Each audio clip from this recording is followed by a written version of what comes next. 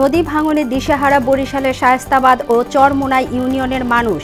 স্থায়ী ব্যবস্থায় বাধা অর্থ সংকট, বলছে পানি উন্নয়ন বোর্ড। দীর্ঘ ৩১ দিন পর জলদস্যুদের কবল থেকে মুক্ত ২৩ নাবিক সহ এমভি আবদুল্লাহ। উপকূলে ফেরার পর ৮ দস্যু গ্রেপ্তার। এবং দেশ জুড়ে নানা আয়োজনে বাঙালির প্রাণীর উৎসব বর্ষবরণ। আনন্দে মাতোয়ারা রমনা বটমূল, মঙ্গল শোভাযাত্রায় মানুষের ঢল।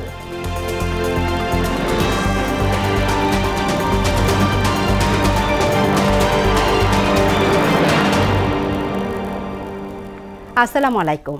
আমন্ত্রণ মোহনা সংবাদে। শুনছিলেন শিরোনাম, সঙ্গে আছি তাবশিরা লিজা। এবার বিস্তারিত। নদী ভাঙনে দিশেহারা বরিশালের শায়েস্তাবাদ ও চরমোনাই ইউনিয়নের মানুষ। বসত ভিটা ও জমি জমা হারিয়ে ইতোমধ্যেই পথে বসেছে বহু পরিবার। হুমকিতে আছে ৮,০০০ রাজাপুর ও ইছাগুড়া সহ কয়েকটি গ্রামের ঘরবাড়ি, ফসলি জমি এবং ধর্মীয় প্রতিষ্ঠান। অর্থ সংকটে নদী ভাঙন রোধে স্থায়ী ব্যবস্থা নেওয়া সম্ভব হচ্ছে না বলে জানিয়েছেন পানি উন্নয়ন বোর্ডের নির্বাহী প্রকৌশলী। প্রতিনিধি শেখ শামীমকে সঙ্গে নিয়ে ওবায়দুল হক মারুফের ৩ পর্ব ধারাবাহিকের প্রথম কিস্তি আজ।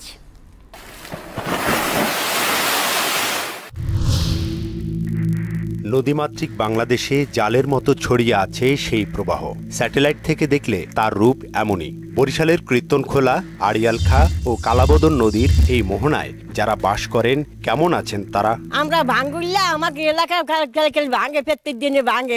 বাঁধের অভাবে এ জনপদের বিস্তীর্ণ ফসলি জমি, বসতভিটা ও দীর্ঘ বনাঞ্চল বিলীন হচ্ছে। প্রতিনিয়ত নদীগর্ভে হারিয়ে যাচ্ছে সদর উপজেলার ৮,০০০, রাজাপুর ও ইছাগুড়া এলাকার অসংখ্য মানুষের ঠিকানা।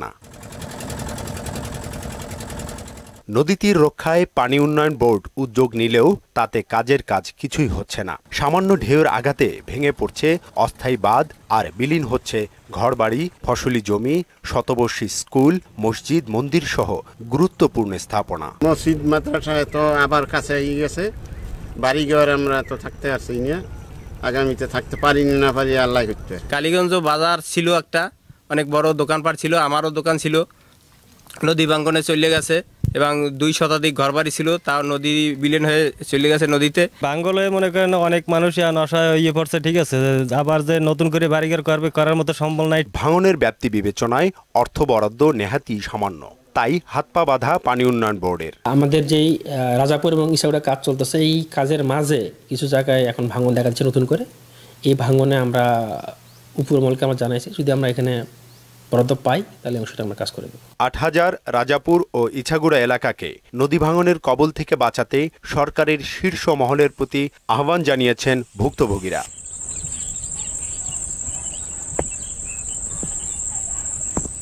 খরস্রোতা এই নদী বারবার কিনে নিচ্ছে নদী তীরের অসংখ্য মানুষের বসতবাড়ি ও ফসলি জমি।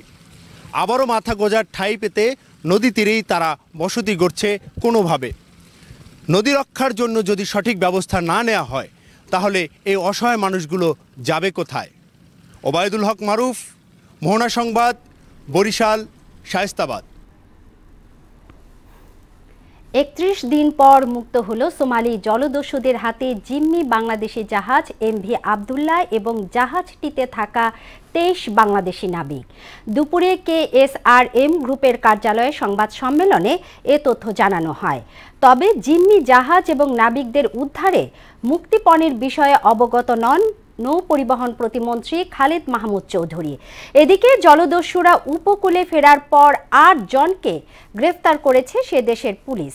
চট্টগ্রাম ব্যুরো থেকে আব্দুল হকের ক্যামেরায় সুমন কুমার দের তথ্যে আরও জানাচ্ছেন তানজিম ভুইয়া। সোমালিয়ার দস্যুদের কাছ থেকে নাবিকসহ এমভি আবদুল্লাহ নামের জাহাজটি মুক্ত করা হয়েছে। বাংলাদেশ সময় শনিবার দিবাগত মধ্যরাত ৩টার দিকে জাহাজ এমভি আবদুল্লাহ দুবাইয়ের দিকে রওনা হয়। জাহাজের ২৩ নাবিকই সুস্থ আছেন। এদিকে SR শিপিং সূত্রে জানা গেছে, দুবাই থেকে নাবিকদের বিমান যুগে চট্টগ্রাম নিয়ে আসা হবে, আর দুবাইতে থাকা নতুন নাবিক দল জাহাজে উঠবেন। ঠিক ৩১ দিন পর আলহামদুলিল্লাহ আমরা জাহাজটি ছাড়াতে সক্ষম হয়েছি। নববর্ষ আসলো আর আমাদের নাবিকগণ আজকে মুক্ত হলো, আমরা আল্লাহর কাছে শুকরিয়া জ্ঞাপন করছি। কেএসআরএম গ্রুপের সিইও মেহরুন করিম জানান, জিম্মি জাহাজ জাহান মনির অতীত অভিজ্ঞতাকে কাজে লাগিয়ে দ্রুততম সময়ে 23 নাবিককে মুক্ত করা সম্ভব হয়েছে। সবার সাথে আমাদের এগ্রিমেন্ট করা আছে not to discuss this part, but আবার বলি এভরিথিং লিগ্যাল ওয়েতে করা হয়েছে। এদিকে জিম্মি জাহাজ ও নাবিকদের উদ্ধারে মুক্তিপণ বা অর্থ লেনদেনের বিষয়ে কিছুই জানেন না বলে জানিয়েছেন নৌ পরিবহন প্রতিমন্ত্রী খালিদ মাহমুদ চৌধুরী। রাজধানীর মিন্টু রোডে প্রতিমন্ত্রীর বাসায় জিম্মি অবস্থার অবসান বিষয়ে আয়োজিত ব্রিফিংয়ে একথা বলেন তিনি। আমাদের পক্ষ থেকে একটা শক্ত ভূমিকা নেওয়ার কারণে তাদের নিরাপত্তা করতে পেরেছি। আমরা খুবই স্ট্রংলি ফেস করেছি গভর্নমেন্ট। এখানে অনেক ধরনের আমাদের উপরে চাপ ছিল, আমাদের উপরে চাপ ছিল না তা থেকে সেই চাপগুলো কিন্তু আমরা নিয়েছি, যে না আমরা শেষ পর্যন্ত আমরা আলোচনাটাকে প্রাধান্য দিয়েছি, কারণ আপনারা জানেন যে আমাদের পররাষ্ট্রনীতি হচ্ছে। জিম্মি নাবিকদের ঈদ বন্দি দশায় কাটলেও বাংলা নববর্ষের দিনেই এলো তাদের মুক্তির সুখবর। তামজিদ ভুইয়া, মোহনা সংবাদ। মানুষের জয়গানের মধ্য দিয়ে বাংলা নতুন বছরকে স্বাগত জানিয়েছে সংস্কৃতি চর্চা কেন্দ্র ছায়ানট। ভোরের আলো ফোটার সঙ্গেই প্রাণের উৎসবে মাতে রমনা বটমূল। এরপর নতুন আলোর আহ্বানে অনুষ্ঠিত হয় মঙ্গল শোভাযাত্রা। সংকীর্ণতাকে পেছনে ফেলে নির্মল বাংলাদেশের প্রত্যাশা জানান শোভাযাত্রায় অংশ নেয়া সর্বস্তরের মানুষ। ওবায়দুল হক মারুফকে সঙ্গে নিয়ে নাসির উদ্দিনের রিপোর্ট। ধর্ম বর্ণ নির্বিশেষে বাঙালির প্রাণের উৎসব বাংলা নববর্ষ। রমনার বটমূলে সুরের মাধুরীতে বরণ করে নেওয়া হয় নতুন বছরকে। ভোরের আলো ফুটতেই আহির ভৈরব রাগ আর বাঁশির টানে শুরু হয় এ আয়োজন। জীর্ণতা ঘুচিয়ে সুন্দর নির্মল অহিংস বাংলাদেশের প্রত্যাশায় নববর্ষকে স্বাগত জানানো হয়। ছায়ানটের অনুষ্ঠানে আগতরা ভেদাভেদহীন একটি সমাজের প্রত্যাশা জানান। প্রতি বছরকে একটু অন্যরকম করার জন্য ভোরবেলা রমনার বটমূলে আসি, যাতে পুরা বছরটাই প্রার্থনাই করি যে পুরা বছরটা সবার ভালো যাক। আয়োজনে বরাবরের মতো মনে হয়েছে যে না আমাদের যে বাঙালি ব্যাপারটা সেটি আছে। এবছর আশা করি সকল দুঃখ কষ্ট সব মানুষের দূর হয়ে যাক। এর পরপরই শুরু হয় মঙ্গল শোভাযাত্রা, যা ইতিমধ্যেই বিশ্বের গুরুত্বপূর্ণ সাংস্কৃতিক ঐতিহ্য হিসেবে স্বীকৃতি পেয়েছে। মঙ্গল শোভাযাত্রার এবারের স্লোগান আমরা তো তিমির বিনাশী। যুক্তিহীনতা মানুষের মধ্যে থাকবে না, আমরা যৌক্তিকভাবে অগ্রসর হয়ে যাব। অন্ধকারকে আমরা গুছিয়ে নিয়ে অন্ধকারকে পরাভূত করে আলোর পথে আমরা হাঁটব। আয়োজনটি শুরু হয় ঢাকা বিশ্ববিদ্যালয়ের চারুকলা ইনস্টিটিউট থেকে। শোভাযাত্রায় ফুটিয়ে তোলা হয় আবহমান বাংলার লোকজ উপাদান। বিভিন্ন প্রাণীর প্রতিকৃতি নিয়ে মঙ্গল শোভাযাত্রার এ ধারাবাহিকতা চলছে বছরের পর বছর। একমাত্র নববর্ষে যেখানে আমরা সবাই মিলে একসাথে উৎসবটা পালন করতে পারি, এই জন্যই আসা। পয়লা বৈশাখ কি এই জিনিসটা তাদের মধ্যে আসুক এবং সবারই উচিত বাচ্চাদের নিয়ে এই ধরনের অনুষ্ঠানে যোগদান করা। বাংলা নববর্ষ আয়োজন হবে সর্বজনীন, এমন প্রত্যাশা করেন শোভাযাত্রায় অংশগ্রহণকারীরা। কোনো ভেদাভেদ নেই, তো এখানে এইভাবেই আমরা আসলে উদযাপন করতে পারি এই নববর্ষটাকে। অসাম্প্রদায়িক বাংলাদেশের জন্য আমাদের যে করণীয় আসলে সেটাই করা উচিত। শোভাযাত্রাটি ঢাকা ক্লাব ও শিশু পার্ক এলাকা প্রদক্ষিণ করে। বাংলা বর্ষবরণের ইতিহাস শত বছরের পুরনো, তবে মঙ্গল শোভাযাত্রা ততটা নয়। এটি পালিত হচ্ছে 1989 সাল থেকে। তখন অবশ্য এর নাম ছিল আনন্দ শোভাযাত্রা। পরবর্তীতে এর নাম পাল্টানো হয়। সেই মঙ্গল শোভাযাত্রা এখন বাঙালির ধর্ম, বর্ণ আর জাতিগত বৈশিষ্ট্যের অন্যতম পরিচয় হয়ে উঠেছে। নাসির উদ্দিন, মোহনা সংবাদ, ঢাকা।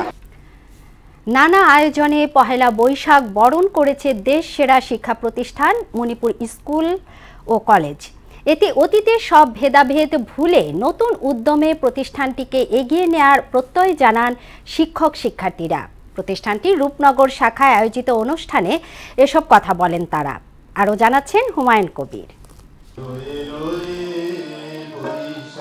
নববর্ষের গান, সঙ্গীত পরিবেশন, লোকসঙ্গীত, দেশাত্মবোধক গান ও কবিতা আবৃত্তি সহ নানা আয়োজনে বাংলা নতুন বছরকে বরণ করেছে মণিপুর উচ্চ বিদ্যালয় কলেজ।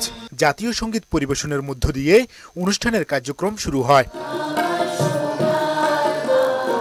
পুরনো বছরের গ্লানি মুছে নতুন বছরের মঙ্গল কামনা করা হয় গানে গানে।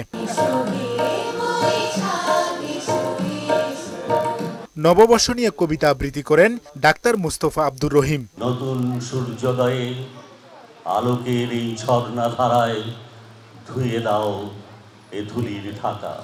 পরে স্বাগত বক্তব্যে প্রতিষ্ঠানটির উত্তরোত্তর সাফল্য কামনা করেন সহকারী প্রধান শিক্ষক অর্জুন কুমার পাল ও সাবেক অভিভাবক প্রতিনিধি শামসুল আলম শামসু। আমাদের বাংলা সাংস্কৃতিক এত সুন্দর, এত মধুর, আমরা বলি কিন্তু উপলব্ধি করি না। প্রিয় শিক্ষার্থীবৃন্দ, ভাষা, সাহিত্য, ঐতিহ্য, সংস্কৃতি এই সব কিছুকে তোমরা লালন করবে, ধারণ করবে। এই সময় প্রতিষ্ঠানটির ভারপ্রাপ্ত প্রধান শিক্ষক আখলাক আহমদ, ঢাকা 15 আসনের সংসদ সদস্য ও মণিপুর উচ্চ বিদ্যালয় কলেজের অন্যতম প্রতিষ্ঠাতা আলহাজ কামাল আহমেদ মজুমদারের পক্ষ থেকে সবাইকে শুভেচ্ছা জানিয়ে বাঙালি জীবনে নববর্ষের গুরুত্ব তুলে ধরেন। যে নববর্ষের যে উৎসব, এটা শুধু আসলে আমাদের শুধু একটা উৎসব নয়, এটা একেবারে আমাদের একটা চেতনার প্রতীক, সংস্কৃতির চেতনার প্রতীক। অতীতের সব ভেদাভেদ ভুলে মণিপুর উচ্চ বিদ্যালয় কলেজ পরিবারকে নিয়ে একসাথে কাজ করার প্রত্যয় জানান তিনি। আমাদের এই পরিবারটি অত্যন্ত সুখী এবং সমৃদ্ধশালী রূপে আমরা গড়ে তুলব। হুমায়ুন কবির, মোহনা সংবাদ, ঢাকা। শেষ করব মোহনা সংবাদ, যাবার আগে শিরোনামগুলো আরও একবার।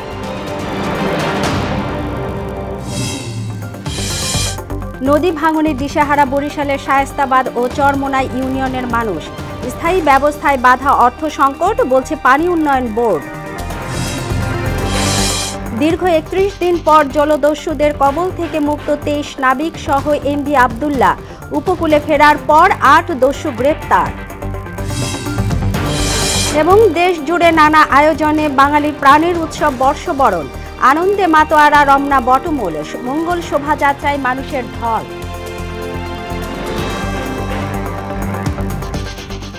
এই ছিল মোহনা সংবাদে।